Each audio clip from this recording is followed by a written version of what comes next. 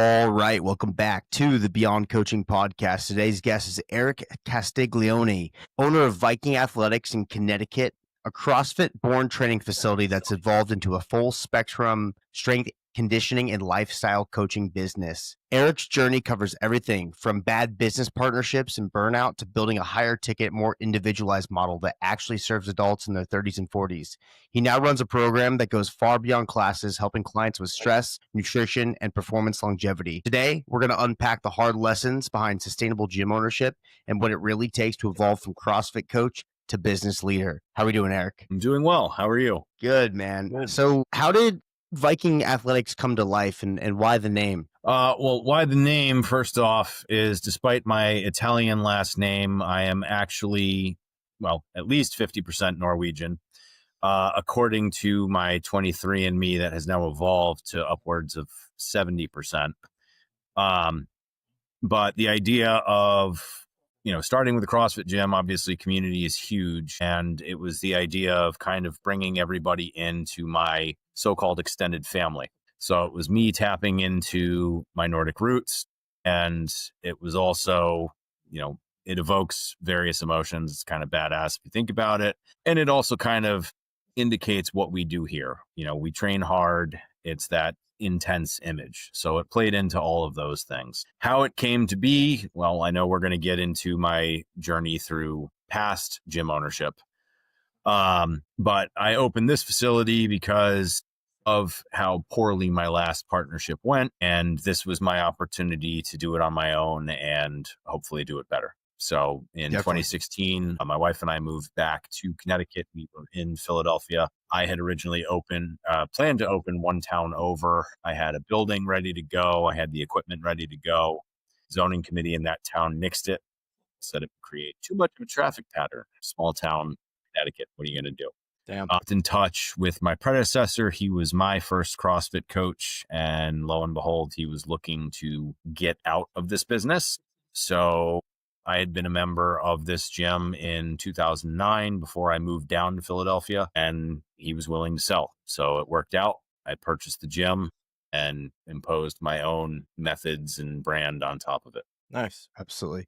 Nice. So I know you went in, you had 2 affiliates, I believe, in Philly with like 5 partners. Kind of give me the skinny on what went wrong and the lessons that you can share with other coaches and gym owners listening to this. Yeah. So I was one of 5 people. Originally, my story was very much the same as many early adopters of CrossFit. I moved to a new city and the first thing I did was find an affiliate. And as I grew to hate my day job down there, I was looking to get more involved in the gym. The owner of my gym, his partner had left. He bought out his partner for basically the guy's initial investment. He didn't revalue the company, and he told me the price, and I was like, I could do that. Can I buy in? He wasn't willing to sell any shares for that price, but at the same time, the gym was expanding and he wanted to open a second location. So he wound up trying to find other people interested, and 4 of us wound up buying in for significantly fewer shares, even at that same price. Our main issue, it was not so much about shares of the company. We really only cared about that in terms of distribution. What we wanted to limit were his voting rights, because he would make some pretty bad gut decisions. So, for example, PVC pipes are huge in the CrossFit world, and Rogue Fitness sells what they call their war bars, which are black PVC pipes. And the claim to fame is that they're notched at the same width as an Olympic bar. And they're like $14.95 a piece. And he decided to buy 20 of these things. And we're like, what are you doing? You can go to Home Depot and buy a $5 PVC pipe and cut it in half, and it's the same damn thing. So we wanted to make sure that we could temper his decision making. What wound up happening as we were gym owners is it was very clear from the get-go that while there was a little bit of a corporate structure superimposed, so we went from being an LLC to establishing an S-Corp with 2 LLCs underneath it, one to manage each location. Obviously, as an S-Corp, we had to have a board in place. So he managed to find 2 gym members to be board members. He was the 3rd board member. And then we would have a 4th board member that was we had 5 board members. He was permanent. He had 2 part-time coaches or 2 part-time owners. One of those 2 would be a board member alternating year to year. And then myself and my counterpart that managed our new location were full-time employees. And one of us would be the 5th board member. So while there was a corporate structure in place, from that standpoint, there were very little was spelled out on an operational standpoint in terms of roles and responsibilities. It was very nebulous. So frequently we would butt heads on what needed to be done. My counterpart and the managing partner wound up moving to the new location to try to open that. And I would contend that when I was left to my own devices managing our flagship location, that's when everything ran smoothly. I had clear expectations and protocols for my employees. And then the other 2 butted heads severely in the new location. So the managing partner came back to my location and he had things that he wanted to get done his way, which was not the same way that I did it. And that just led to confusion for our employees. They're like, well, Erik wants me to do it this way. And so they didn't know whose way to follow. And there was no clear method on how to do things. And that kind of confusion and lack of clear roles and responsibilities permeated everything. My counterpart was supposedly the marketing director. I was supposedly the director of programming for we had 8 different programs that we ran. That meant that I personally oversaw the programming for, I think, 6 of the 8. And I had 2 other people doing programming for other programs involved. One was master's program. And at the time I was not involved in our Olympic weightlifting club. So we had someone else handling that. But I still oversaw that and they reported to me. So in that sense, that was clear. But then, marketing wasn't really a thing. And when we would have our partners meeting and we were chatting about what everybody was up to, I could give a detailed list of everything that I was doing because that was the way I operated. And, I had a sense that other people weren't working. And my counterpart was at the pool every day at 3 with margaritas while I'm working a 16-hour day. And so when we ask him, what are you working on? He would deflect by asking us for a definition of marketing. And it's, it became abundantly Nice. doing it. Nice. My managing partner would also use nebulous terms like, what are you doing? And in retrospect, if he had been a true CEO, he would say things like, I'm working on the visioning of the company. Great. What does that mean? What are you doing to drive the brand forward? And at the time, he didn't have an answer for that. It was basically just trying to micromanage everybody and do things his way. So there were way too many cooks in the kitchen. And I think I told you this in our prelim. One of our board members was actually a psychologist. And literally, we wound up in therapy with her to try to navigate our relationship. It was a mess. And, the managing partner would do things like SWOT exercises, and he would say things like, the lowest price you charge for something is what it's worth. But then in practice, he wouldn't follow any of these. So it's like, what do you actually believe what you're saying? Or are you just glomming on to corporate things that you've learned over the years? So it was a giant mess.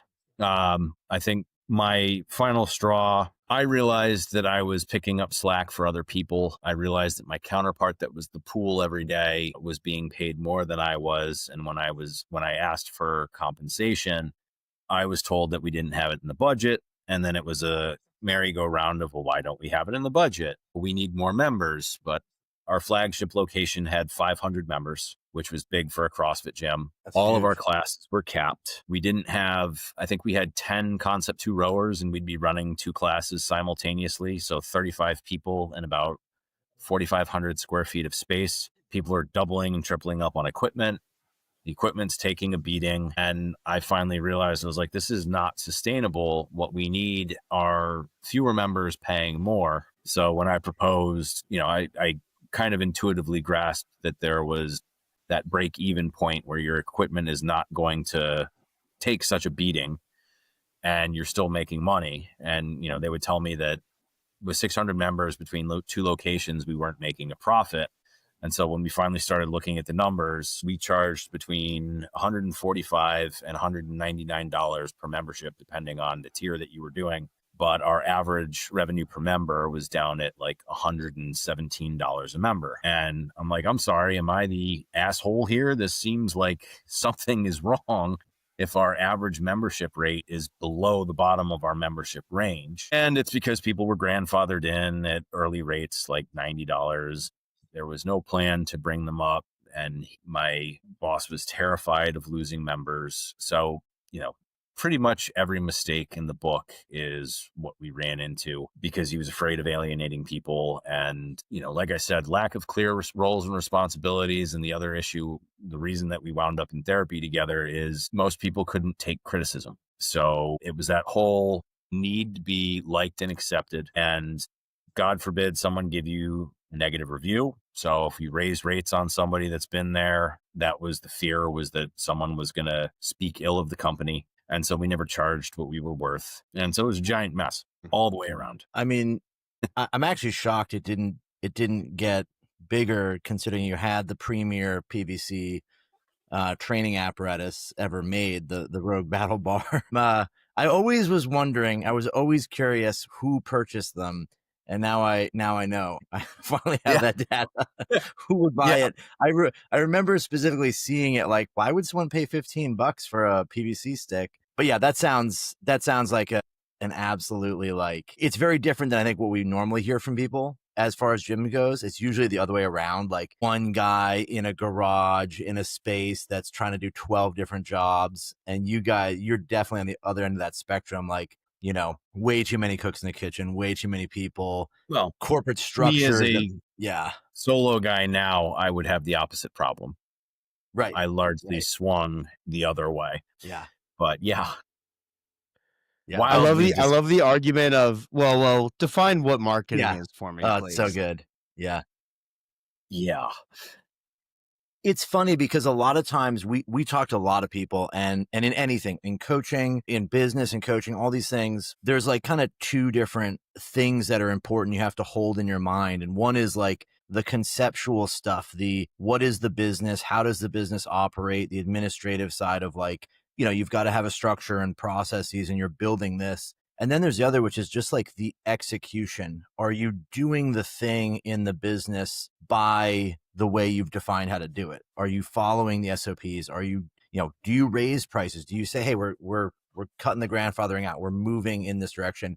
The actual doing of it. And most people, it seems like a lot of gyms and coaches as well, they kind of struggle. Maybe they lean too heavily to one side. It's like, I love programming, I love talking about it and thinking about it, but then I don't really do any good coaching on the floor. Or the other way, which is like, the program doesn't matter, whatever, but I'm just there, every day I'm going to put my heart and soul into every single athlete. Same on the business side, where it's like, you've got this massive business structure and everyone's got a title and everyone has a list of, terms and concepts they can rattle off and tell you how great they are. But then when it comes down to it, it's like the actual just basic business stuff. Like, how do we make more money? How do we do this stuff? Are we putting money where it belongs? 10 concept 2 rowers when you need 25.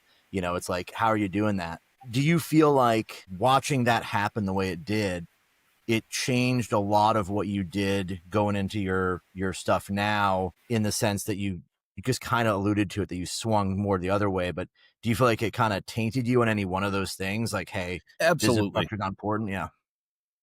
I would say, I walked away with a huge list of what not to do. I would say the opposite end of that. Well, the one good thing that it did, and, I just had a call with Zach on Monday looking at Coach Logic, which was awesome. We didn't do anything tracking software. So, we used Zen Planner, but we didn't have a workout tracking app. And really what I took away, it's kind of exactly what you just said, is you have the SOPs. Are people following it?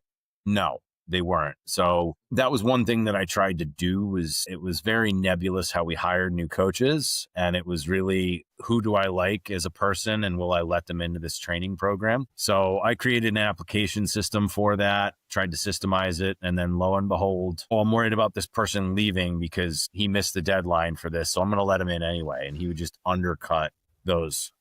So yes, my background is in engineering, so I rely a lot on SOPs and data. And I also rely on consistency. We claim to sell results-based fitness, but our biggest cash cow was a boot camp program that didn't track anything. I never wanted to get into that situation again. So one of the first things that I did was try to leverage technology and find an all-in-one tracking system. I did start to define a lot of SOPs. I will say one of the gaps for me was I would show everybody how to do that and then expect them to remember, or I would try to regulate outcomes rather than, for menial things. And you realize that common sense doesn't really exist. And if you don't explicitly spell things out, it doesn't get done the way that you want. So that was a lesson that I did have to learn in this situation because I wanted my staff to have some freedom to do things. It's like, this is what we want to achieve. How you get there is up to you. But then we weren't getting there at all. So I had to be more hands-on with the SOPs. Definitely, I've had a couple of offers for people to buy in as partners. And immediately I'm like, I don't want partners. I will never work with another partner after that mess. I've had a couple of bad experiences along the way. And I would say that perhaps I am a little too scarred when those things happen and it takes me a while to come back. So I had a full-time employee who I basically paid to do nothing. He did not have clear roles and responsibility. Well, he had clear roles and responsibilities, but he had no metrics by which I could track him. And then when I tried to impose that at a later date, he pushed back. So when I wound up letting him go, I said for a long time, nope, everything's going to be hourly. You will have very clear tasks and roles. And it took me a very long time to allow for the possibility of hiring somebody in a salaried position, which I just did a couple of months ago now. So when I say I swing the other way, yeah, that is probably a weakness of mine is I'm like, that didn't work, never again, rather than looking at it and trying to save what worked and tweak it without throwing everything else out. Yeah, I think I've swung a lot of ways. Pause. in my business journey, I've gone from a larger team with full-timers, part-timers to all full-timers to no, now it's better to have a mix. And I think it's one of those things. And same thing with like partners, no partners. I had partners when I opened the gym, bought them out. It went bad, went solo, and done a lot of different things with business. But I think it's one of those things where as we end up, moving in a different direction because something didn't work. But then as we're doing the new thing, the new way, we also realize there's certain things with that way of doing it that doesn't work either. And we find ourselves back to center line. And that's just part of the journey. And I think it's just the only way to learn is through experience. And so I don't think it's a flaw per se, but I think it's just through experience, we just know more things and then we're able to course correct. Yeah. And it was funny, Max, I heard you talking about programming versus coaching, and it drives me insane when I see other people outsource programming. That is a hill that I will forever die on. And I'm like, if you're going to outsource it, I feel like it should be somebody that knows your membership. So even if it's somebody not in-house, at the very least, they should be able to look at metrics and adjust things based on how that's going. And I have literally stopped following certain people over the years when they're like, no, it's all, you're doing a group program. The programming doesn't matter. It's a logistics exercise. And I'm sitting there like, well, then how are you going to preach that you're doing results-based fitness if it's not tailored to the individual, or at least modified in such a way that it applies to your demographic? And even if that adjusts over time. So, it's like you said, I softened a little bit on that. And I'm like, okay, you can start with a program and adjust from there, as long as you are still adjusting it to your clientele. But yeah, forever, I was like, I'm not even going to listen to you if that's something that you say. I will write you off immediately because that was my area of expertise for a long time. That was when I first opened in 2016, that was how I was planning to set myself apart, was our programming is smarter and it will get you where you want to go faster. But then you have the layperson that doesn't, the layperson doesn't understand that. So how do you convey that to a neophyte? They have no idea what you're talking about. So same deal, pendulum, finding the center line. Exactly. My experience has been that over all the years, I mean, I've been involved in so many gyms that started, or friends of people starting gyms and coaches and all these things. And it's like, I think people don't put enough, maybe people don't realize how much their personality comes out in the way they do things, right? And there's nothing necessarily wrong with that. There's a lot of coaches I know that are exceptional coaches that have never even tracked a single workout. They don't care about that. And they've coached at the highest levels. And other coaches that are the opposite and just as good, right? They've got every piece of data. Same with employees, right? Like the goal is like, one of our business partners showed me a tweet that was really funny, which is the sort of, in the VC world, everybody says the same thing, which is the first thing is you should hire A players. And like the response is like, oh, I was going to hire a bunch of morons. Thanks for the advice. But it's like everyone's dream is that you get the person that has all of the qualities. They have a lot of agency, they have a lot of capability, and they believe in the mission. And yeah, if you get those guys, like, of course you're going to succeed because they're all aligned with what you're trying to get. But it's so easy to get into a place where as a coach or as an employee or whatever it is, like you get somebody into that position and they don't have all those things. Maybe they don't have a lot of agency, but they can learn, or they understand how to do some of the job, but they can upskill, right? Or maybe they don't believe in the mission because they're just an employee, but like you can speak to them and get them to the next level. And I feel like in my experience watching it, it's like the major failures have always come from when the leadership didn't recognize where everybody's limit was and try to get down to that and say, hey, even though this is a job, you're not going to stick out the rest of your life. Can I help upskill you to the next thing? Can I get you from having one of the three things to having two? Or to like, what can I do to elevate that? And I've seen it, so many times. Cal Strength is a great example. When California Strength started, Dave hired three of us, three dudes, and he was paying a full salary. We had 0 members, and we had 0 members for many months. And, it was like the sort of expectation was kind of like we started a business just comes to you and it just happens. And then it's like you keep trying to like, not him, but like in these cases, you'll keep trying to like hire the person to fix the problem. That's the silver bullet. This guy is going to do it. We're going to hire a marketing guy and he's a guru and he comes in and spends 10 grand on ads and that gets us nowhere. And it's so easy to get into that place where it's always somebody else's deal, right? It's always like, I hired the right guy or I've got the secret thing that's going to make it work. But it always comes from the top. It always comes from this top position.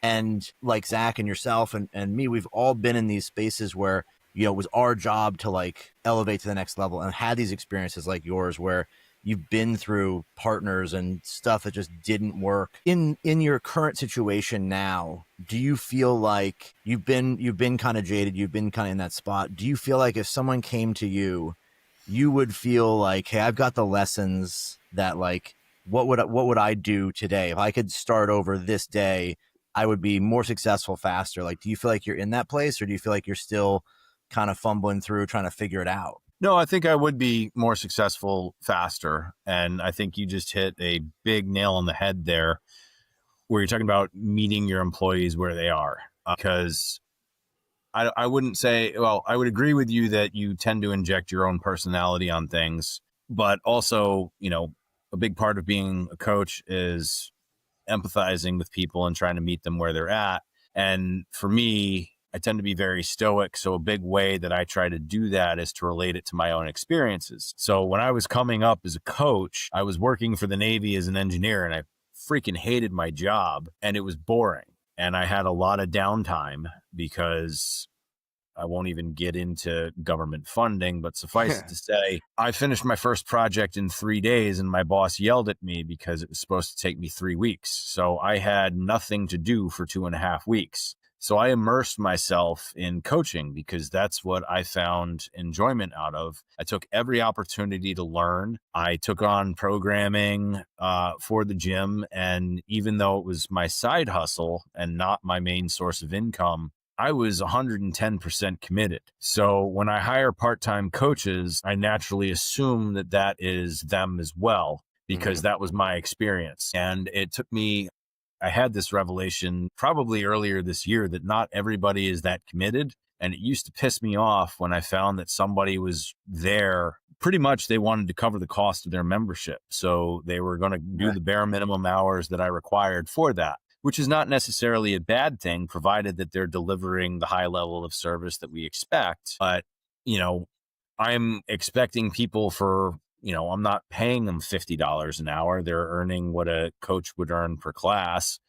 And I'm expecting them to go above and beyond because that's what I did. So if I were to start things over again, I would have I recently kind of delineated our coaches where I need you to tell me what your level of involvement is going to be. Are you invested in the long-term growth of this company? Is that something that you want to help with? In which case, I'm going to create opportunities for you where you can earn based on percentages of the revenue that you generate. You're not just going to be paid hourly versus, are you here just to coach classes because you want to give back a little bit and you're only looking to cover the cost of your membership? In which case, we're still going to hold you to a high standard, but that's going to help me clear up my expectations of what you're delivering for the company. And for the longest time, I didn't have that clear delineation in mind. And I thought that a lot of my staff was not doing what I expected them to do. And then I realized, hey, that's not fair. They all have full-time gigs outside of this. You can't expect them to be investing 20 plus hours a week when they're already working 50 in their current job. So that would be a big shift from the get-go. I also have, like I said, through multiple iterations of SOPs and being explicit with what is required, I think there are certain tasks where very clearly you can operate off of the checklist versus, coaching itself. I don't want to stifle anybody's opportunity or anybody else's personality from coming through. I'm much more of a teacher these days when I'm coaching. Whereas when I first started out, I was a rah-rah gung-ho, I'm going to scream at you and try to motivate you that way. And now I recognize not everybody responds to that. I have other coaches that are much more cheerleaders and much less teachers. And for a while, I tried to get everybody to be a teacher. I'm like, again, we're smarter than everybody else. We need to show that. And that's what's going to set us apart from other gyms in the area. And that's, you can't really market that. Yeah. So it's more a matter of kind of recognizing where you're going to provide a checklist approach versus trying to regulate the outcomes and letting the coaches find their own feet and get there on their own. And I think I have a much better sense now of kind of where that line is based on the task at hand. So I think, with almost a decade of lessons learned as a solo owner, I would definitely get to where I wanted to be a lot faster because I'd be able to spell that out much more clearly from the get-go. Yeah, I used to think that everyone wanted to reach the highest pinnacle of success in the industry, because that's how I always was. Max met me when I was 18 and I was just super motivated and wanted to learn everything there was to know, and no one was going to stop me from being successful. And then when I opened my business, my gym, I thought other people were the same way, and I've met a few of them, and I've met the A players. They exist. They're in my, I have a few of those. But then I had to realize that not everyone was a lifer in my business. Coaches, for most, it's going to be a transitory position unless they have some sort of management aptitude where they're skilled leaders or people who can at least, they're teachable, let's say leaders, future leaders. And not everyone is that way. And so that means the role is transitory. They'll do it in their 20s and maybe late 20s and then go pursue the next thing. And I had to be okay with that and meet people where they're at. And one thing I do is in my coaching interview process now, I ask these deep questions of what is the long-term plan? Do you want to stay around? What do you want to get out of life? And I try to get really clear on where they want to be before we even engage in some sort of employee-employer relationship. And it's helped filter things for us as a ton. So I think you hit that out of the park about meeting people where they're at, understanding their expectations, and therefore meeting their needs as owner. Yeah, it's been hard to learn. And it's funny that you say it's people for you in their 20s. For me, it's been people in their 40s and 50s just looking to give back and looking for, they've been grinding away at their careers and they're looking for something a little bit more positive. So I forgot about one of my coaches, but I was telling someone the other day, I was like, I'm pretty sure that as the owner, I'm actually the youngest coach that I have. And that's not true. I do have one that's younger than me. But yeah, everybody else. You found your niche. Get the on their way out, it's like the Happy Gilmore kind of guy. You're bullying all these old coaches. Hey, you better do it good. You better show up on time, or I'm gonna cut your meds off. Something I feel like I learned as well in a lot of this is as you get into this stuff, it's you have to ask yourself this kind of question of how am I gonna a non-founder kind of person comes in, you run the gym. How do you get someone to buy into your mission, right? Because it's like not everybody has the exact same goal, right? And you can't necessarily overcome the fact that it's going to be a lot of work and it's a lot of dedication that, okay, we'll pay you really well and you're going to come on board when they know if they put all that work in, they're just getting the salary, right? And gyms are maybe a little different because a lot of it is coaches coach for passion. I was always kind of confused, like, how do I get someone to really want to come in and put this crazy effort into something when they could go down the street and get a way better job? Like they could make a lot of money doing something else. Zach and I know this. With the software stuff, we're in a very different space where you can walk down the street in the Bay Area and go apply for a job that'll pay you 7 figures a year. And how do you get someone like that to come in and be a part of it? And, for us, there's our way, right? We find the right people with the vision, those kind of things that really believe in it. But in your space, in the gym space, you've got coaches coming in. Like, what is it that I guess you would say to us? What would you say to somebody that comes in? Like, what is your mission and how do you get them to really like believe in what's going on there? Our mission is to improve, our specific mission, if I was to use the business number oriented one, is to improve the health and wellness of about 10% of our town's population. And the way we do that is either through coaching in the gym or remotely, by educating people through our content, or by sponsoring any kind of physical event in our town. And the idea is to improve the overall health and wellness of our town. That, again, to me is very corporate. Our mission, vaguely and sentimentally, is to help people get unstuck. We try to target people that have either been hurt or have tried various other things that didn't work. And again, that's where the intelligent programming kind of makes a difference. If you can tell me how to find people that buy into that from the get-go, let me know. Finding coaches for that has always been a challenge of mine in the past. Through my last gym, I would say that was one thing that we did well, is we would have success with somebody as a member and they would buy in as a member and then want to give back, and they come up through the community as a coach. And that is where, if I'm looking at the coaches that I have on staff now, every single one of them, except for one of them was already a coach when I bought the gym. Everybody else came in as a member first and came up through the program.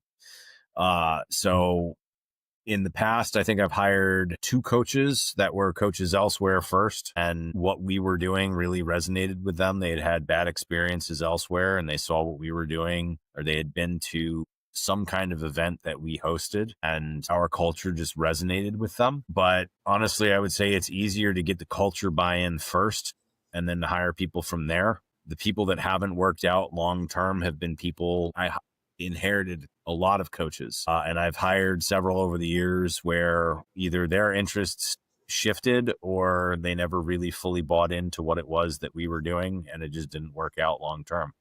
So again, if you have a way to generate buy-in, I would love to hear it, because growing my staff would be fantastic. But all I can say is what has been successful for me is getting that buy-in first. I think really one of the things that hit for me, and I don't know if I heard this somewhere or maybe I made it up, but I probably heard it somewhere because I'm not that smart. But one of the things that resonated with me was you have to build your business big enough to fit other people's dreams. And I realized, like, with singular gym location, like I could probably build my gym big enough to fit my dreams and a couple other dreams. Other than that, I was like, okay, back to the transitory position thing. It's like, can't fit the dreams of more than that unless I open more locations, and that's not what I want to do. And so I think the gym owner, the new gym owner who wants to open a gym listening to this needs to understand that, like, they will have to paint the vision. The job of the CEO in a large corporation is culture and leadership.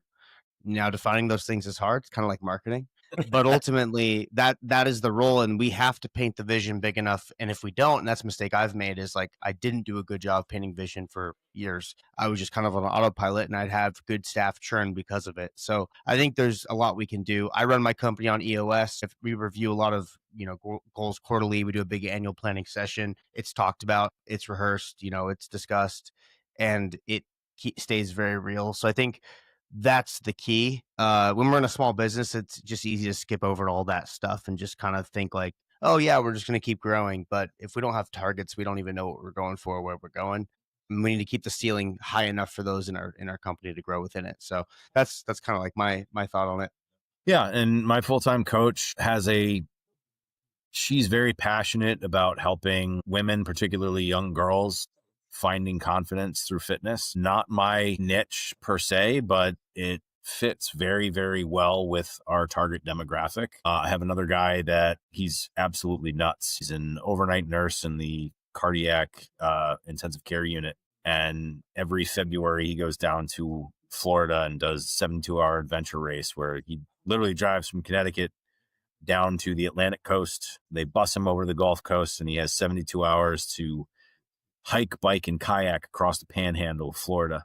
He's in his, I think now mid to late 50s. Guy doesn't have a pain gear. He's nuts. He just shuts it off. But he's very passionate about masters athletes, and he has a torn bicep. And I swear to God, he's just going to keep going until the wheels completely fall off. But again, working around injuries, and particularly with endurance-based events like Spartans or something like that, he's got a niche that falls under our big umbrella as well. So I do hear you on that, but again, it's a matter of, will they take action? Yeah, 100%. As we wrap up here, want to ask you a couple questions, kind of a little rapid fire segment for you.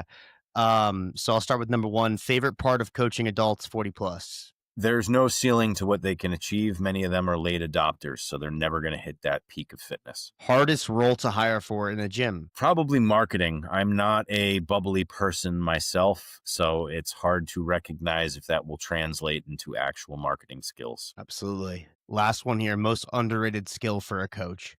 My gut reaction was going to be communication, but again, I would say that depends on where you're coming from. My background coming from the CrossFit world, they pretty much give you a script to follow. It's kind of a one-size-fits-all approach. Learning to distill that down to the individual and break beyond what they initially teach you largely depends on communication. Also, like I said, I started out as a very rah-rah, gung-ho drill instructor. Learning to communicate with people that respond to different styles of coaching. Some people resonate with that. Some people like the coaching approach. I would lump all of that under communication. And I think that is largely underrated. Very, very often we get set in our ways, and I've hired numerous people that couldn't break beyond that. And that's how I coach. That's me. And they don't tailor the approach to the individual. Absolutely. Well, Thank you for your time, Erik. I appreciate it, man. Absolutely. Yeah. Fantastic. Thanks for having me. Of course.